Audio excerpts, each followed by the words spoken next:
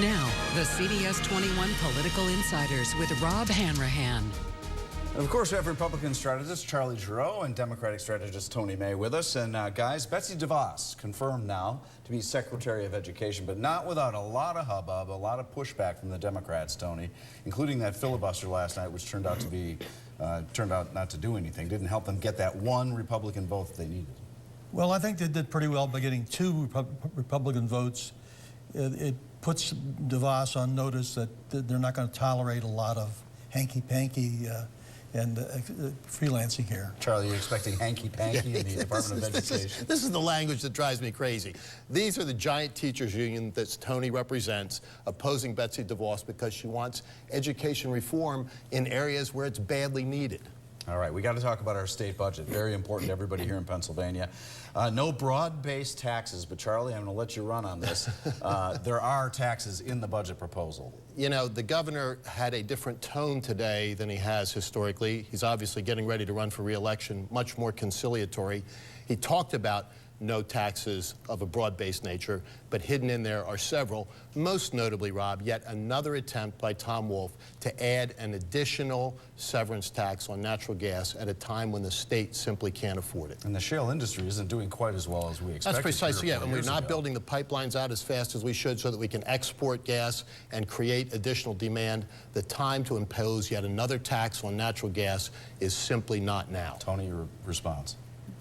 I speak for most people in Pennsylvania who look at that natural gas that's in the ground as a community asset.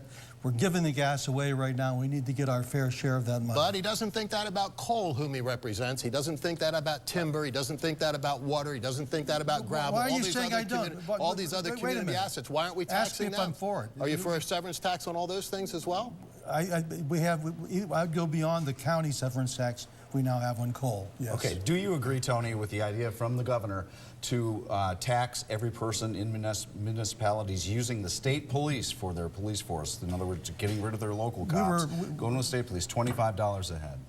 The $25 a head is an arbitrary number. We could fiddle with that. But as you heard on Face the State this last week from a Republican legislator, that there's broad support for that idea in both parties. Charlie, do you agree? There is. The situation with the state police being funded out of the liquid fuels tax has simply gotten out of hand. There's no other way to put it. That money is supposed to be dedicated for the development of our roads and bridges. It's not being used for that. It's no knock on the state police at all. They've got to get their money from somewhere, but they shouldn't be getting it from the way they shouldn't be getting it in the way they are right now. All right. The president's travel ban will be in a hearing in roughly 13 minutes or so from now at 6 o'clock our time. Charlie, what are you expecting? You're a lawyer. Yeah, ultimately, President Trump is going to prevail on this because he's right on the law. But this is in the Ninth Circuit, the most liberal circuit in the country, and it's in front of a panel. I'm not sure who's on that panel. It will largely be decided based upon who's on that panel. But this eventually is going to go to the U.S. Supreme Court.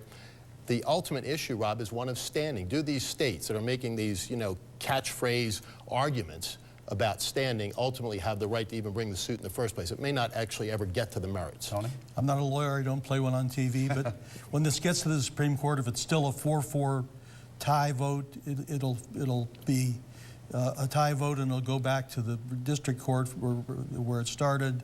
It'll stand. Yeah. But if this drags on long enough, and we get a new Republican seated on the Supreme Court, it'd be a 5-4 vote, yes. All right, gentlemen, thank you. We'll see you back here again at 6 o'clock. We have more to talk about. And you can catch our Political Insiders Tuesdays right here on CBS 21 News. And make sure to join us for Face the State Sunday mornings at 8:30. Guys, thanks again.